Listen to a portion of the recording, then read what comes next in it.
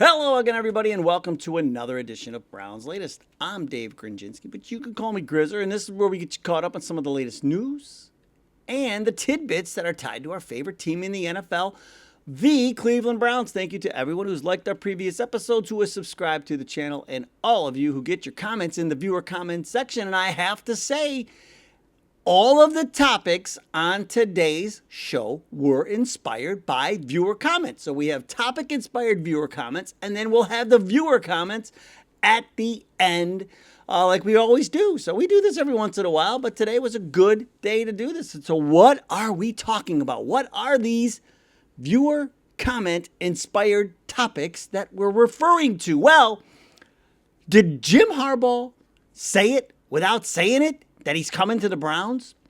You know, you'll always hear me say, I don't want to hire a head coach who is right out of college. And the reason's pretty straightforward. As we head into the second week of the search, this might be the best route to go. And in the viewer comments, the one thing the Browns should not keep heading into next year. Ooh. Wonder what that could be. We'll find out when we get down there. But we got to get through the topic viewer comments first. Now, we're started the second week of the search, and these are the upcoming interviews. Mike McDaniel from the Dolphins, Jesse Minter from the Chargers, and then new name added to the list over the weekend, Nate Scheelhaase, the Rams pass game coordinator. And then there's John Harbaugh. Now, you might have a couple other guys added to this list after these games over the weekend. LaFleur from Green Bay could be on this. They might be firing him. And Nick Sirianni and the Eagles, who knows? What? This could be another crazy day. It could be Black Monday 2.0 if it holds up. That's what some people are saying. But then you got John Harbaugh, who over the weekend, a report came out from CBS Sports that said there is mutual interest between Harbaugh and the Browns. So, got to get that done. But here's what inspired the Harbaugh topic. This viewer comment from B. Dina 2961, who said, Harbaugh will never come to the Browns. The Browns will pick from the leftovers. Now, also over the weekend, this happened. Harbaugh's alleged list of demands. Now, the salary thing, there was already pushback on that yesterday. They said he was demanding $20 million, and then it came out like, no, he did not say $20 million. A staff budget of $10 million. He wants roster control. He wants final say over the 53-man roster. And then this. He wants the right to choose his own GM or top personal executives. So, does that mean, or does that leave Andrew Berry? And so we already know Andrew Berry's staying on. Now, there's no reason to think that they couldn't give Barry a different title or something. If Harbaugh wanted to come here, they would work all that out. I mean, that's not a big concern because of course, the drama, the clickbaiters are out there. Oh, Barry could lose his job now if Harbaugh comes. You're going to lose Barry too. It's just, that's all rage bait. They will figure that out because Barry will be here. That's for sure. That's not going to change. But I mean, this list is growing, and who knows where the Browns just kind of sitting there waiting, waiting in the grass, right? Like a snake in the grass, just waiting for everything to kind of play out last week and see where it goes. And then Harbaugh said he wanted to sit and watch wild card games all weekend, and then he was going to put together a list of like 4 teams. Everybody expects the Giants to be on that list because he's very enamored with Jackson Dart, apparently. Tennessee might be on the list. Atlanta maybe on that list. But there's no reason to think that the Browns aren't on his list because he's from Toledo and he wants to stick it to the Ravens every single year now. So, I mean, I'm saying there's a chance, man. So we'll have to see where this goes if they get that interview squared away. But this, the Rams pass game coordinator now, I mean,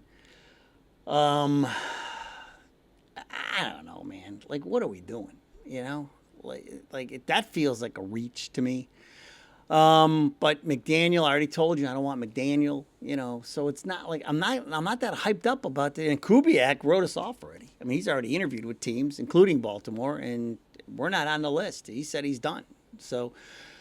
Nah, I don't get that. I have to believe that the Browns called and Kubiak said thanks, but no thanks. That's the only way I can.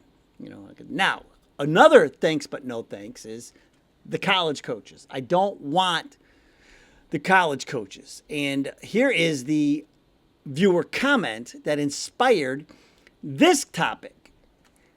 It was from Naja 4K, who said, heard they're talking to Nick Saban and some college coaches. Now, I do not like college coaches because when you look at the list of coaches who came from college and went to the NFL, basically none of them were successful. There's really only one on that list that was successful. Now, we're going to talk about Kingsbury in a minute because I put an asterisk on Kingsbury. I should have put an asterisk on the graphic. But Saban, Spurrier, Urban Meyer, Kingsbury in his first stint, Matt Rule, others, they were unsuccessful in the NFL. I mean, this goes back, years. Chip Kelly, Doug Marrone are considered to be like kind of mid when they came from college and went to the league. But the one guy that it's Jim Harbaugh is the guy, and you saw him play last night in that last wild card game against New England. He had that run with San Francisco, and now you look what he's doing with the Chargers. Pete Carroll also had success with Seattle. Now he's just too old, and the game passed him by. But Harbaugh and Pete Carroll are like the two out of all the guys that have come from college. But here's what I'll say about Kingsbury, because everybody say, well, why would you want Kingsbury to coach the Browns? Well, because he came from college, went to Arizona, learned what it takes to be a coach in the NFL. And now, he's OC in D, and now he's gone. He's on the beach. But he's learned a lot. Now he understands the pro game, so that's why I would give him a chance at being a head coach in the NFL one more time, because he's not straight from college now. And so I'm good with that. But these guys straight from college, I don't want it. If Cincinnati from Indiana, don't want it. Don't want it. Sark from Texas, don't want it. Don't want it. Don't want any of that. It's a completely different game. And if you remember, Kingsbury was the head coach at Texas Tech before he went to the pros. And so now Kingsbury is as much of a pro coach as he was a college coach. So that's the difference there. So they just don't win. It is a completely different game, the NFL. These guys are getting paid millions of dollars. You're not dealing with kids. You got to, you're not, yes, you don't have, they all want to be NFL coaches because they don't have to drive, all around the country begging kids to come. Although now you don't have to beg anybody. You just give them money. So that makes their job a little easier. But you got to have money. You got to be at a school that has the money. That's why Lane Kiffin ran off to LSU, because they have more money to give to people. He could buy players. That's all they do now. They don't have to go out and beg them anymore. So now they're paying them, But they still have a lot of the control because they're still kids. So the NFL, man, millions that they're dealing with, every single one of them. College team, it's quarterback, maybe a running back, a wide receiver here and there. There's a few guys that are making money. But in the pros, everybody's making millions, and they're all, they all know more than you. So that's the difference. I absolutely do not want a college guy, a guy straight out of college. So please, no college coaches. Now,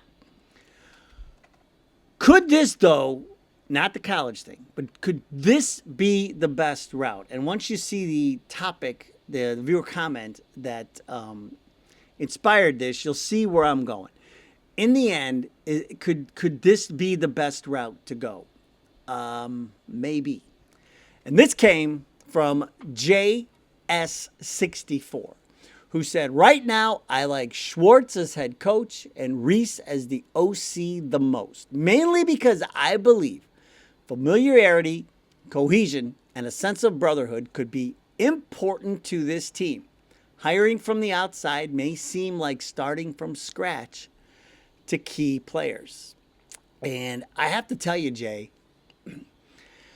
I agree. I really agree with that. And I've been saying this all along. I remember I was saying it's the most minimally invasive way to go is to let Schwartz be the head coach and Reese be the OC. And it came out over the weekend that the Browns are apparently telling candidates that you come here to be the head coach, you're going to have to keep Schwartz as your DC. And so, that's what Jay Glazer, the NFL insider, was reporting. So this would limit their pool of candidates potentially. If they're telling everybody that Schwartz has to be the DC, which tells me, so does that mean he's not in the running to be the head coach? Is that what that means? So there's so much out there, there's this back and forth, and it's hard to believe what is coming out half the time. But to me, I thought to me the best case scenario would have been you fire Stefanski week 2 and make Schwartz the interim head coach and let Reese run, and then you would know what you got. You would have had him. We'd be perfect because we would know either they could have handled it or they couldn't. We'd be in the same situation if they couldn't, and we'd be getting an OC. And so, but the other thought with this, everybody telling, with Glazer saying that the Browns are telling everybody that Schwartz is staying as DC, that the thought is then the Browns are leaning more towards an offensive guy, so maybe a Kingsbury or somebody like that. Or, if Harbaugh comes, how crazy would it be, if Harbaugh came and he brought Monken as his OC? And then, Schwartz stayed on to run the defense, anything is possible. There's so much going on. My head is spinning already. And we're just at the start of week 2. There's so many names and so many scenarios and so much going on. It's never easy, man. Only in Cleveland. Nothing is easy with the Browns, man. Nothing. My goodness. You would think, I kept saying the other day, man, there's so many candidates. We're going to talk to every single one of them. I don't know how healthy that is either. I don't know. What I do know is this. What is healthy are the viewer comments. They always put me in a better mood. And today we will start with Fiddlehead Boy. It is a handle. It's a good one. Fiddlehead Boy, who says, I don't know why you would touch the defense. It's running great. And the way the offensive line played, I can't see keeping the offensive coordinator. Change the offensive coaching staff and get a head coach that has a track record of making winning offense. Not someone who's never been a head coach before. Yeah, I'm leaning that way. So then, you're talking about then, Fiddlehead is talking about guys like Harbaugh, McCarthy, maybe John Gruden. But then Schwartz is in that conversation. You're not going to touch the defense if you make Jim Schwartz the head coach, Fiddlehead. You're going to keep him here, And so those are the kind of guys you're talking about. And we just need a leader, man. We need a leader first. Number one, a leader, and then go from there. That's where it's going to go. So, and then if Tommy Reese runs the offense, they're high on him, but. It's just weird because it's you're not hearing much on Tommy, but they're not, you got these reports leaking out that Schwartz is going to stay on his DC, which I don't know, man. It's just, I don't know what to make of that. Why wouldn't you just make him the head coach then? Just tell everybody he's going to be our head coach and run the defense. I don't know. Child of God, 91-24. Child of God, 91-24 says, if Andrew Berry has a good offseason with the coach and the draft, the Browns are going to go on a nice playoff run next year. Yeah, it'll be multiple playoff runs. We're just an offensive line and a stud receiver away from turning this whole thing around. That's it. That's the beauty of where we're at right now. Because this defense, and we're going to add some pieces with Emerson and some other guys, and even in the draft or free agency. Don't forget about free agency because we have some cap room now because of the insurance policy. So, yeah, that's why I said, I talked about it yesterday. The pressure's on Barry, man. He's got to hit on these picks again because this offense has to be revamped. So, it's crazy. And, watching the Eagles yesterday, man, oh, man, how does that offense not How do they struggle so much to score points? Like they're gashing them with Barkley, and then AJ Diva, man, he turned into a cancer. Holy moly! Dropped that ball, critical. So you're gonna go popping off to the coach on the sideline, and then come back and drop a ball when the game's on the line.